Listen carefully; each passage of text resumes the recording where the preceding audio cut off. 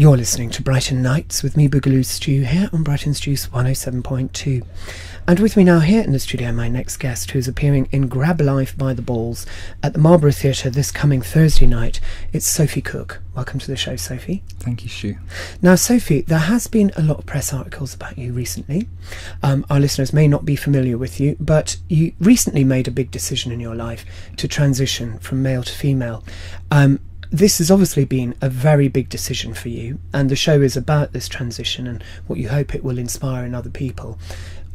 Can you give us a bit of background about your story and why you decided now to take this leap? Well, I've known that I was transgender since I was 7 years old, but over the years I just hid it because back then in the 70s we had no knowledge, we had no internet, I knew nothing about what was going on with me. So I just made the best life that I could. I joined the Air Force at 16 and then over the years I'd become a photographer, and it reached a point this time last year where I was thinking about suicide every single day. I'd put on a load of weight because I was self-harming with food. And I just looked in the mirror and I suddenly thought to myself, oh my God, that's why you hate yourself so much. And I realised that the only way I was actually going to start curing myself and start helping myself was to actually start doing something about this. But the problem is that I was the photographer for a football club that was about to be promoted to the Premier League. I was also a photographer for the rock band The Libertines, and I had a lovely family with a wonderful wife and two beautiful children, and I just thought that I would lose all of that if I transitioned. So basically my talks are about how I overcame the fear that was basically debilitating me and stopping me from reaching my potential and loving myself, and actually found that on the other side of the change was just wonderful things. Yeah. So have you found that your family have accepted you and your work colleagues as well, people from the football team? I assume you're still working there. Yes, I am. The football team's been amazing. When I actually met the players for the first time and they were told about me, the players actually all clapped me. Right. And they've been amazing all season. So have the fans. I've had so much love and support from them that it makes it seem such a pity that I was so scared of the change. Yeah. And my family's been amazing. My ex-wife now, she is the most amazing, understanding, loving woman, and just gives me so much support, although we're not together anymore. And my children, my 15-year-old son, he's disabled, he will just say it like it is. So there was one point where he leant over the garden fence and told the neighbours, "Daddy's a lady." It was right there, and it's not like he was outing me or anything. And my 12-year-old daughter just wants to go makeup shopping all the time and constantly going through my bag going, what you got? Right. But the great thing is that sort of where I thought that I would lose them all, I'm closer than ever to all of them. And my 12-year-old daughter actually summed it all up really nicely when she went on one of my Facebook posts and put, "You're my hero. Steve was great, but Sophie's better." That's lovely. Sophie, if you'll stay with us, we'll talk some more in just a few moments. We'll have some music first, though. This is Soul to Soul with Get a Life. That's the Guillemots there with Get Over It here on Juice. You're listening to Brighton Nights with me, Boogaloo Stu, and still with me here in the studio, I'm talking to Sophie Cook about her forthcoming show, Grab Life by the Balls, which is on at the Marlborough Theatre this Thursday night. So Sophie, was it made easier for you to make this transition by the sort of profile that trans issues have had over the past couple of years? There's been a lot more in the press than maybe we've ever seen at any point.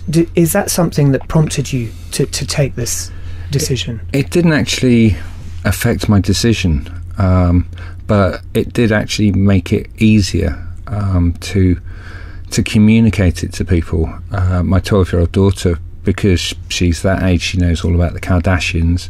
So when last year she started talking about Bruce, who was about to become Caitlyn Jenner, and asking questions, my wife said, well, maybe now's the time to tell her. So we did. And in the same way, when the one member of the family that we were really concerned about telling was my mother-in-law, because she's old East End, sort of has certain points of view about the world, and when my wife told her, she went, "Oh, what, like Kelly Maloney?" So it's sort of the fact that there are positive stories out there in the press does help, and hopefully that's what my story is helping to do for other people. And I suppose with these talks, you're hoping to give clarity to people who may not understand it. It's the idea that your football team were very accepting of it is probably because they had it explained to them in quite clear terms, how it's not something that's scary or dangerous or threatening to them.